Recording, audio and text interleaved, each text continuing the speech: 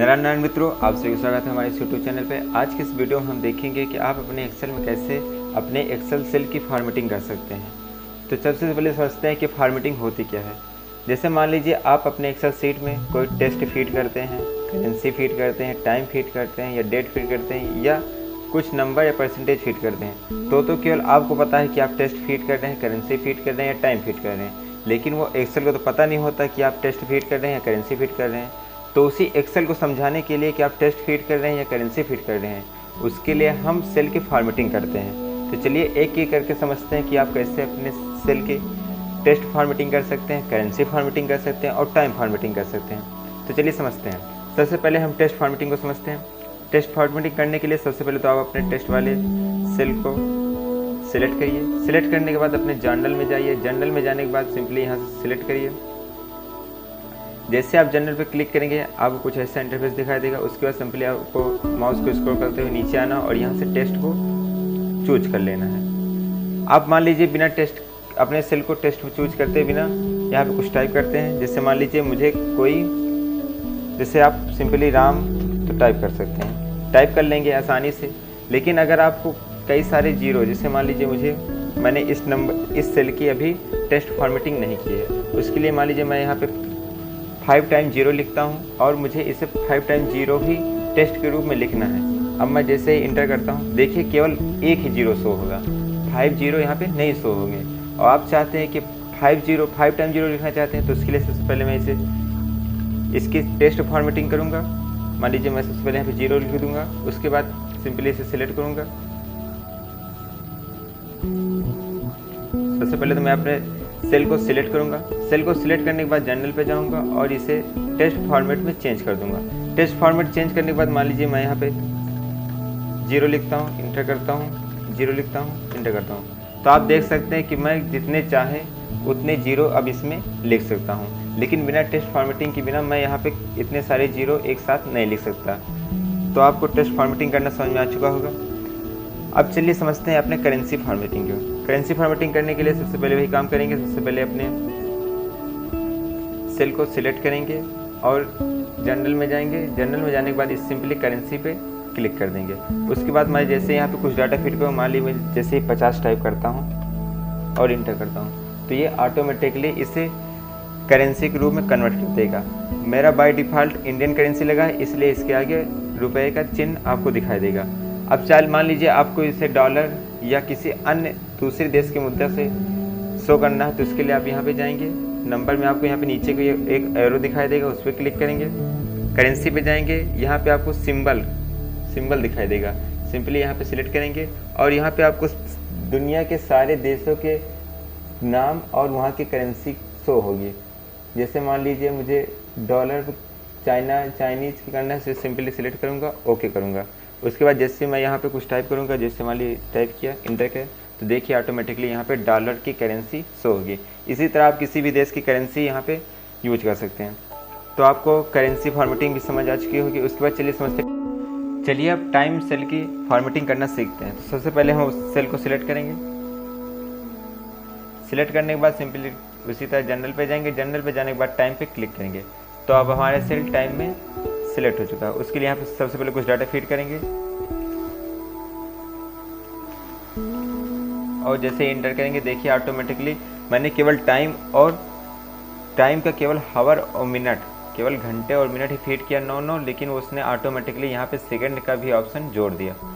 अब मान लीजिए आपका ऐसा फॉर्मेट नहीं चाहते आप, इसमें जैसे यहाँ पे टाइमिंग के साथ AM या PM लिखा रहता है। जैसे मान लीजिए आप चाहते हैं कि आपका टाइम AM PM भी शो करे, तो उसे कैसे करेंगे? उसके लिए यहाँ पे सिंपली आपको यहाँ पे सिंपली एरो पे जाना है। एरो पे क्लिक करेंगे, उसके बाद टाइम पे जाएंगे। टाइम पे जाने के बाद आप यहाँ से आपने टाइम का कोई भी फॉर्मेट यूज कर सकते हैं। जैसे मुझे इस तरह का फॉर्मेट चाहिए, सिंपली इस पर सिलेक्ट करेंगे और यहाँ से ओके कर देंगे। ओके करने के बाद जैसे आप यहाँ पे कुछ डाटा फीड करेंगे, इंटर करेंगे, तो देखिए साथ में उसके AM PM भी लिख के शो होने लगेगा। तो आप इस तरह से अपने टाइम फॉर्मेटिंग भी कर सकते हैं। उसके बाद चलिए समझते हैं अपने डेट फॉर्मेटिंग। उसके लिए सबसे पहले तो यही काम करेंगे। सबसे पहले अपने सेल को सिलेक्ट करेंगे, डेट पे जाएंगे। डेट पे जाने के बाद सिंपली आप यहाँ से लॉन्ग डेट और शॉर्ट डेट दोनों को चुन सकते हैं। जिससे मान लीजिए मैं सबसे पहले शॉर्ट डेट चूज करता हूँ। शॉर्ट डेट चूज करने के बाद मैं जैसे यहाँ पे कुछ टाइप करूँगा, मान लीजिए 09/09/2009 इंटर करता हूँ। तो देखिए शॉर्ट डेट मतलब 9 तारीख 9 महीना 2009 इस तरह शो करेगा। अब मान लीजिए अब नंबर सेल के फॉर्मेटिंग करना सीखते हैं, जो सबसे इम्पोर्टेंट है। सबसे पहले इसे अपने सेल को सिलेक्ट करेंगे। सिलेक्ट करने पहले मैं इसे सिलेक्ट करूँगा। सिलेक्ट करने के बाद जनरल पे जाएंगे और यहाँ पर नंबर पे क्लिक कर देंगे। नंबर पे क्लिक करेंगे, जैसे आप यहाँ कोई डाटा फिट करेंगे, इंटर करेंगे। देखिए ऑटोमेटिकली वो एक नंबर के रूप में ऑटोमेटिकली डेसिमल पेस्ट करता चले जाएगा। तो आप देख सकते हैं, आप आसानी से यहाँ पे जैसे कोई नंबर फिट करेंगे वो ऑटोमेटिकली इसमें डेसिमल पॉइंट जोड़ता हुआ चला जाएगा।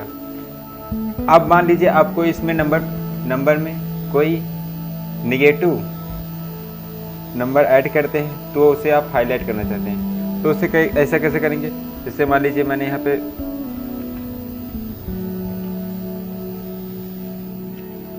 मैंने माइनस में कोई अपना नंबर यूज किया।